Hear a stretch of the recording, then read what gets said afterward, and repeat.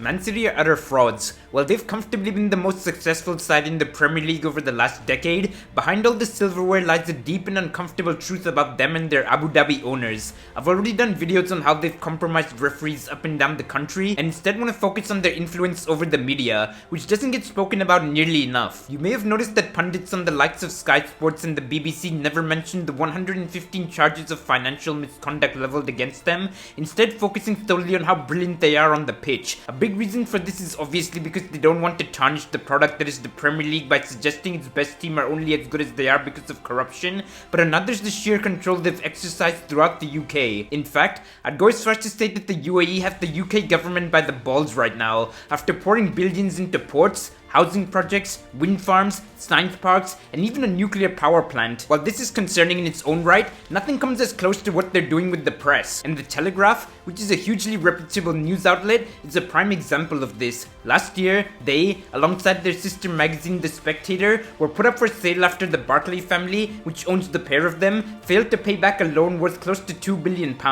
Lloyd's banking group commenced an auction process, but then, like magic, the Barclay family settled their debt. It turns out this was because Sheikh Mansour lent them the money and in return asked for full ownership and thus control over the Telegraph. I mean, Jesus Christ, lads. This man isn't just the owner of Man City, but also the Vice President and Deputy Prime Minister of the UAE. By exercising such an option, he can not only influence the media narrative surrounding Man City, but on a greater geopolitical context which extends beyond football, undermine the UK by using their very own newspapers against them. In my eyes, British outlets should never ever be controlled by a foreign state, especially one which has a history of silencing investigators, judges, and journalists who attempt to expose their criminal acts to the general public. Currently, a deal is in the works in Parliament to ban foreign governments from owning UK-based publications, but the damage has likely already been done. Believe it or not, the Abu Dhabi Media Investment Corporation partnered up with British Sky Broadcasting to establish Sky News Arabia, which gives Man City free reign over two of Britain's biggest print and digital media outlets. The likely outcome of all of this is that Man City will continue to cheat and get away with it, while also being praised to the high heavens for doing so. Meanwhile, should other clubs like Everton or Forest step out of line,